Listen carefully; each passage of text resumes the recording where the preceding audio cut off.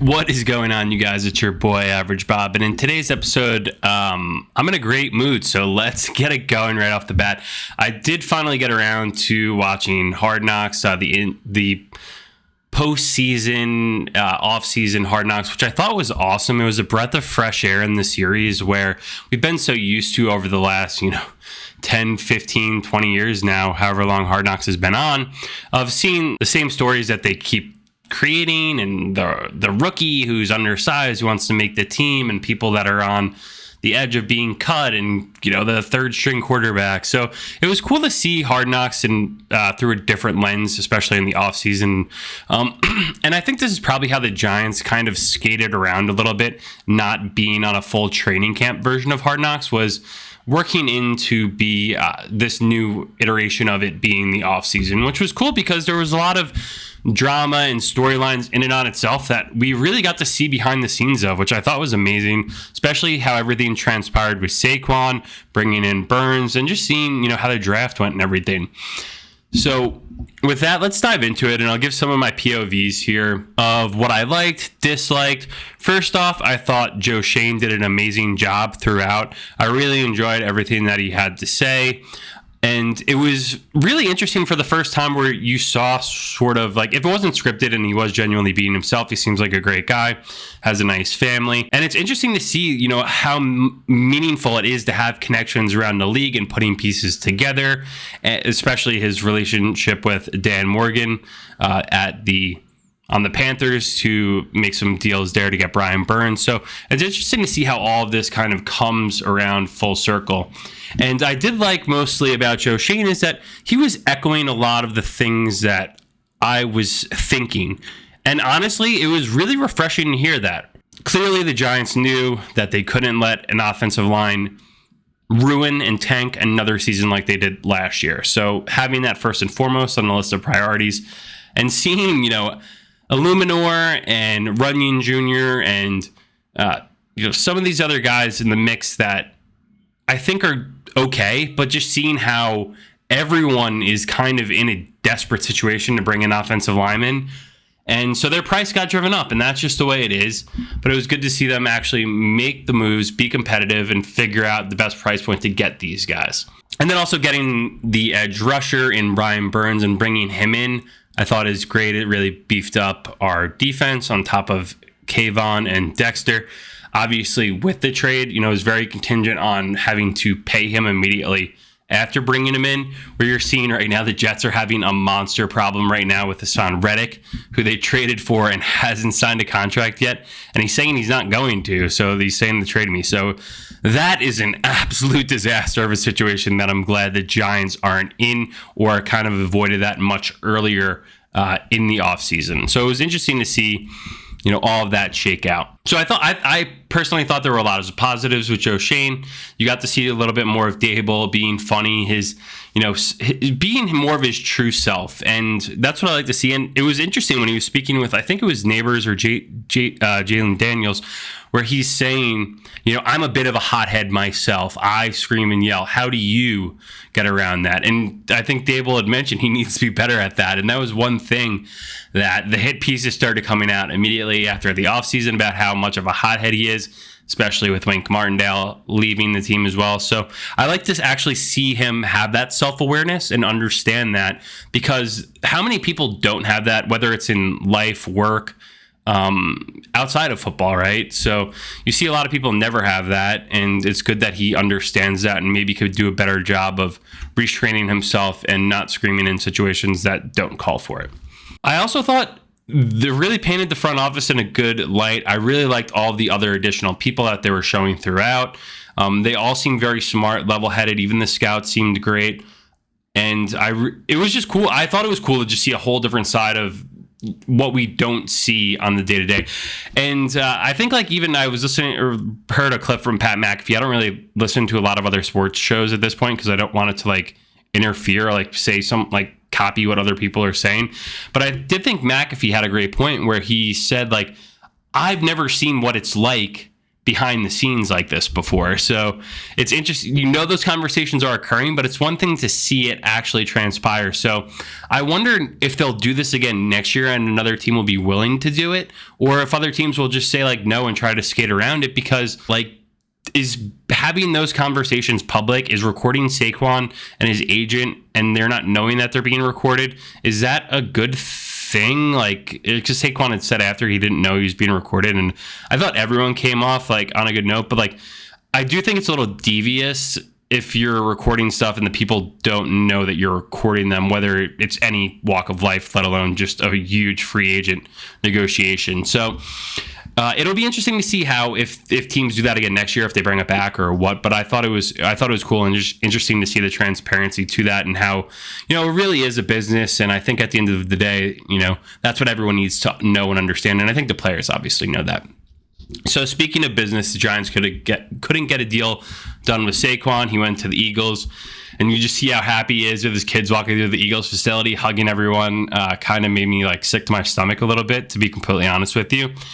And so I've been happy and in a good mood of everything we've kind of spoke about thus far, but I do want to talk about stuff that I was disappointed in, starting with John Mara and his reaction to the whole Saquon situation, because one episode he's going from saying, if we can't get a deal done, and he goes where I think he's going to go, I don't know how I'm going to sleep at night. I'm going to be sick to my stomach. And we all did feel that a little bit, but it was interesting because he also made a comment along the lines of, he's our most popular player, which is, you could take that a number of different ways, right? Like, he's our most popular player that like I like or on the team, or he's our most popular player that is selling jerseys and putting more revenue into our streamline. Which I don't really like that comment that he's our most popular player in any way, shape, or form. And it also goes back to, when you hear that, a little bit more probably along the lines of, obviously I love Eli Manning to death, but it probably leads into a little bit, if you think back further, why Eli was kind of kept around for as long as he did after, and the people that did try to make moves by starting Geno Smith over him that one game, ruining his Iron Man streak, were driven out of town as a result of those moves. So does popularity mean a lot for the Giants, for players that they put in a hierarchy and that they want to be Ring of Honor guys? I guess so. It is. And is that at the expense of winning? To basically what John Mara was saying, I think he is. It is more of a popularity thing than a winning thing.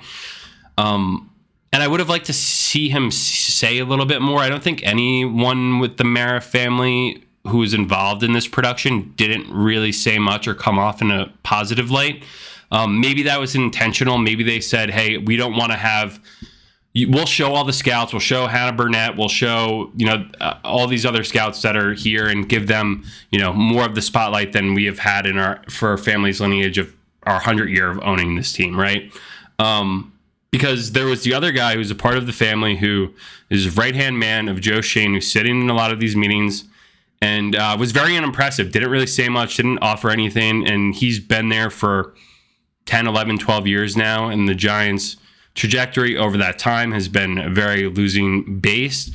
So I think it was, very shed some light into that. It was that, and me just reflecting on it, was it intentional that these people weren't saying stuff within the episodes, or were they saying, did the Mara family say beforehand to the HBO producers, we'll do this, but cover off all these other people, leave our family out of it? Or maybe these people are just part of the family and they don't say anything in meetings, and maybe people don't want their feedback, because that has been also a thing that the media has said about this family from a football organization standpoint, is the family has people in this organization that are untouchable, and they're going to make their opinions known, and if you go against it, you'll be out of a job. And it seems like that's happened over the last decade, where a lot of people have left the organization. But again, when you own a family business, whether it's sports or anything, you can't get rid of the people in your family. They're unfireable. I don't want to talk about it too much, but that was just the impression that I got over 5 episodes, about roughly 4.5, 5 hours of watching this. That's just what I saw and what I felt. And it was interesting too, I think, diving back to conversations around the draft. It was great to see them do their due diligence around the board, really at the quarterback position between J.J. McCarthy, Drake May, Jaden Daniels. And then ultimately, having that plan of action that says, if this guy's gone, we're going here, and we're not thinking about it, right?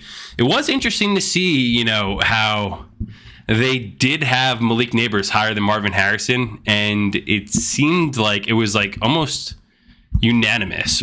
And I don't know if that was because maybe they knew they would have a better chance of drafting Malik Neighbors, so it feels good when you say, "Oh, we got our guy," right? That's what every GM says. We always got our guy, right? And after these drafts, and then when other guys get taken in other spots, it's like whatever, that wasn't a good pick for them. So there's back and forth there, but it was interesting to see the amount of quarterback talk and how deeply they went in depth with thinking about the quarterback position, with Daniel Jones being injured, not playing much over the last few years, having a monster contract, and thinking about the future. It seemed like Dable was all in on Jaden Daniels and even maybe Drake May, to the point of, hey, we'll look stupid and Daniel Jones will sit here collecting $40 million on our bench if that means we could get our quarterback for the future. So that makes me think that I'm going to do a whole video about this coming up as I do positional previews for this season,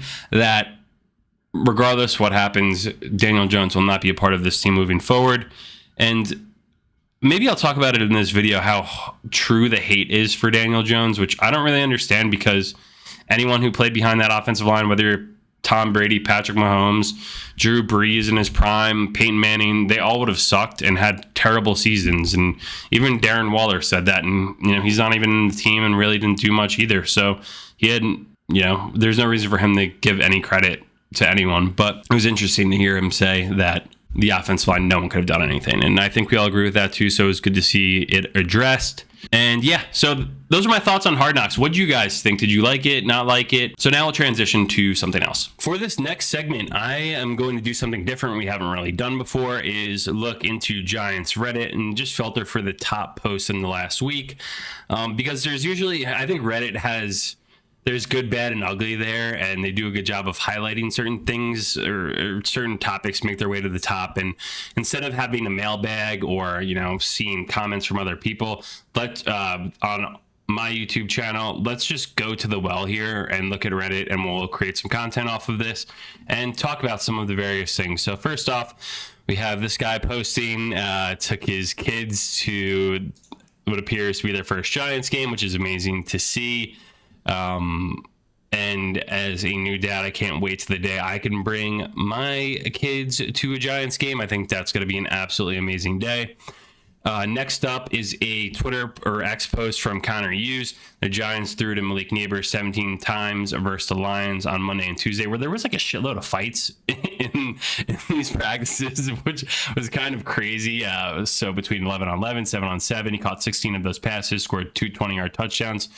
And Connor Hughes is big on the rookie. He said the rookie is absurd. Never personally seen someone so dominant so early. Getting, right off the bat, a lot of kudos here from Connor Hughes. I guess must be a beat reporter or something. I've never really seen his name before.